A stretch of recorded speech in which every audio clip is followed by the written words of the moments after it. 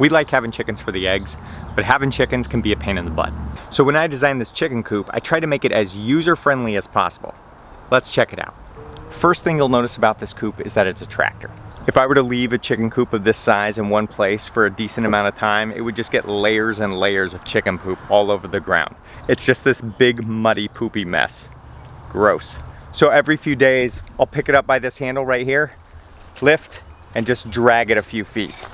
The next thing I think is pretty cool about this design is this roof right here.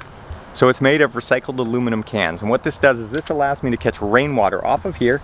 It funnels down into this little gutter right here, around the corner, down this tube, and into their watering trough.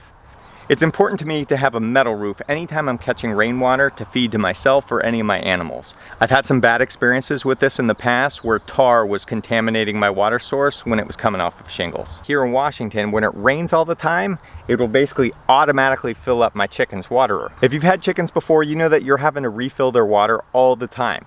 So when you have an adequate rain source, it just makes sense to catch that rainwater and let them drink that. You'll notice I have their trough basically zip tied right to the side of this hardware cloth. And what that does is that prevents them from being able to perch on the side of that trough. Chickens just crap all the time when they perch.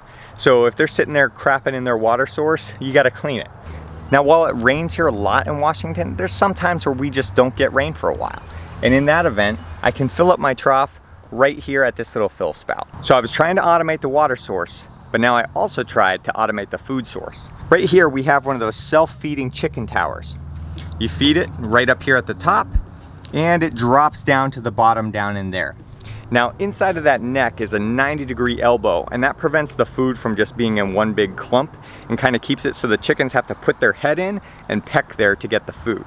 This keeps them from just knocking the food all over the ground and having it just go to waste. We keep this top part covered to keep the rain from getting into it. The self-feeding tower is a super simple design where you can get all the parts from the local hardware store. However, there is one thing that I want to recommend if you do try to do this design for yourself. This rigid pipe right here where it meets that T elbow right there, at the top of that is a point where water gets in. So make sure to throw some caulk around that so that water can't penetrate into your food source. I gotta warn you, this chicken coop is pretty filthy. We haven't had chickens here in a while because we had a raccoon problem here on the property. When it comes to raccoons, there were several issues. We're here within the city limits, so I can't get out one of my pea shooters and just eliminate the threat. I could put out a live trap, however, we have 3 cats roaming around and some of them aren't the smartest, so I'd probably just catch some of them. This is one of those cats I was talking about. She's one of the smart ones though. I'm sure she wouldn't get caught in my trap. She's my favorite. Once we move out to the farm, I'll put chickens in this thing again. But until then, I'm gonna keep it vacant. To access the eggs, you can just open this door right here. You can see we have 3 nesting boxes in here, which has worked out nice, even though the chickens usually only use 2 of the 3. The main roof is on hinges as well.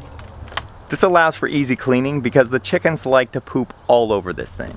Now I could have cleaned this up before this video and made it look like it was this perfect scenario here, but that's just not the truth when you're running animals on your property all the time.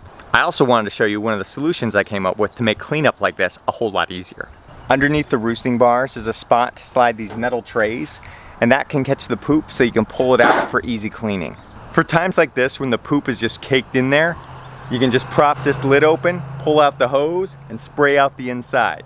I'm gonna wait to do that until we have a sunny day so I can prop this open and dry it out quicker. You can see the remnants of one of the doors that we had stapled on here that was just made out of an old chicken feed bag. That did a pretty good job of keeping some of the heat in, but we had to add our heat lamp as well. Speaking of our heat lamp, you may notice the burn mark that's up here in the corner of my coop.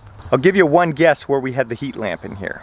Luckily we saw that fire and put it out before any of our chickens were harmed. But in the future, I'd find a better way of putting the heat lamp inside of our coop. This is my 3rd chicken coop design and it's my best one yet, but there's always room for improvement. So if you got some design ideas of how to make this thing better, let me know in the comments below. I hope you found this video helpful. Please like this video and subscribe to my channel for more videos like this. We'll be transitioning from our urban farm to a rural homestead, and we'd love to have you follow along on that journey. So hit that subscribe button and we'll see you in the next video.